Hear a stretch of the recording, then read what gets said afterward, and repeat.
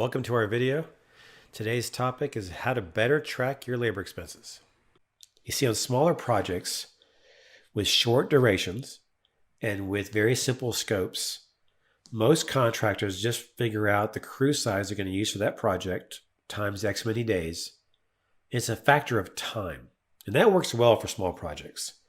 But when the projects get bigger, span multiple weeks or months, multiple locations or multiple projects, multiple geographies, it gets a little more complex. And using time alone, which is not a bad way to do it, leaves you really not having visibility to whether your labor estimated costs are sufficient until you're much farther down the road. It's kind of like using that methodology alone. It's kind of like jumping from an airplane blindfolded without an altimeter, that watch that shows how close to the ground you are, and just hoping you pull the parachute in time before you hit the ground.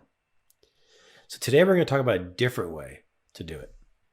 Okay, instead of using time alone, we're going to talk about measuring productivity. And productivity can be defined as the quantity of a material or an assembly that can be installed in a given unit of time by a specific crew, or, different way to look at it, same formula, the quantity of labor hours required to install a material or an assembly unit. So let me say it this way. You can figure out in a day, kind of the way you originally do it on a small project, how many bricks can be put in or blocks can be put in, or how many square foot of block wall can put in a day. Or you can calculate how long does it take to put a single brick in. Multiply that times the quantity of bricks, and it tells you how long the project should take. So even if we stick with this masonry example, it takes different amounts of labor to install different wall types, right?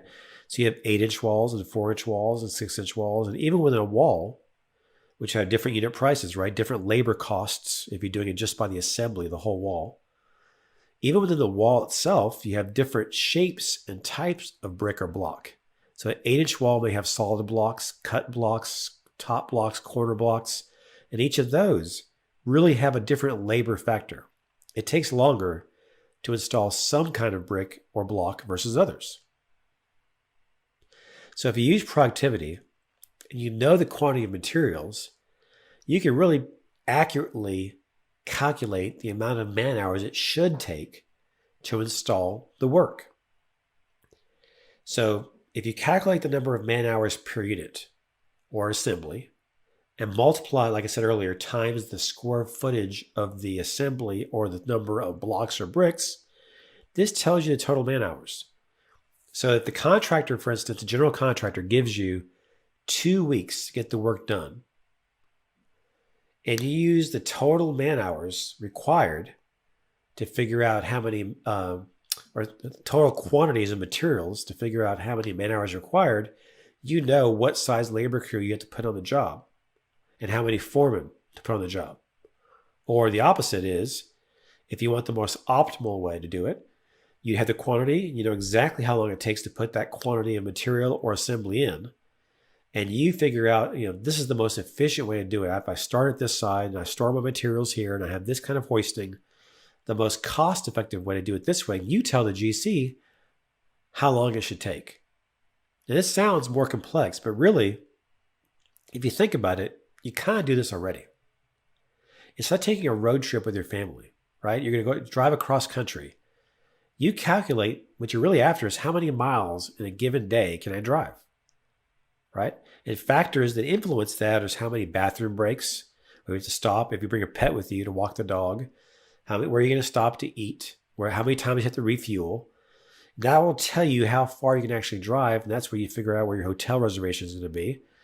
These are very similar. You're calculating production, and the production factor in this is how many miles per day can I drive with all these factors. So going back to masonry, how many 8-inch blocks, CMU block, can I install in a day if I have to grout them solid and put reinforcing steel and put lintels over the doors and put all these different factors in? How many can I really get installed?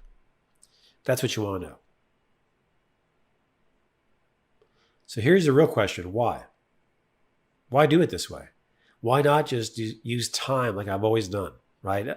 That job should take about 2 weeks. Well, guess what? You're not going to know you're in trouble, labor-wise, cost-wise, until 1.5 weeks into it, right? So one of the primary reasons to do this is to identify issues very early on.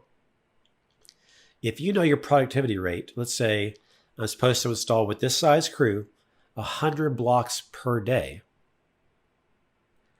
and you have 1,000 blocks to install total, and you're at day 2 and you've only installed 100 blocks, you can say, whoa, wait a minute. Based on this current production, I'm never going to make my values or my numbers. So you can jump in and focus on that project and figure out what's holding it up. Is it the general contractor doing things out of order, costing you time?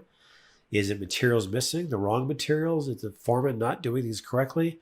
You can jump into that project and correct course to get your productivity numbers back up, to mitigate your losses. And secondly, you want to be able to validate historical cost data. Historical cost data is the actual costs of doing that kind of work on that kind of project. So that the next time you estimate the job, you have real numbers to look at. All right, now we're going to talk about what you would do with this information. So you've gotten the contract, let's say with example 1, and you're expected to have a group of 10 people on site, and they're supposed to put in 1,000 blocks in day 1.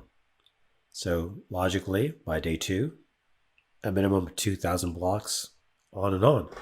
Well, you're in the project, and day 2, you realize that only 1,300 blocks have been installed. And how do you know that? Well, that's part of the systems we referred to earlier. Your foreman and your crews keep track of their timesheets, right? On their timesheets, that has how much time each person worked. That way you know how much to pay them. But it also tells you what type of work they did and what quantity of work they did. So they were installing 8-inch block, and each person logs how many of those blocks they installed that day. So you're able to see the production in real time, at least at the end of each day. So by day 2, you know, okay, there's a problem. Based on this current productivity, I'm not going to meet the objective. I'm not going to eat the finish line, and my labor costs are going to be much higher than I thought.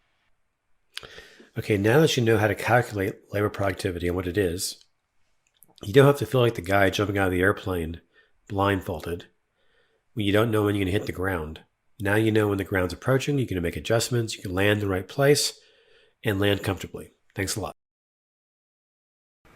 Hi guys, Gary Davila with 7i Operations Group. I want to say thank you for watching our content, and please stay tuned for upcoming videos.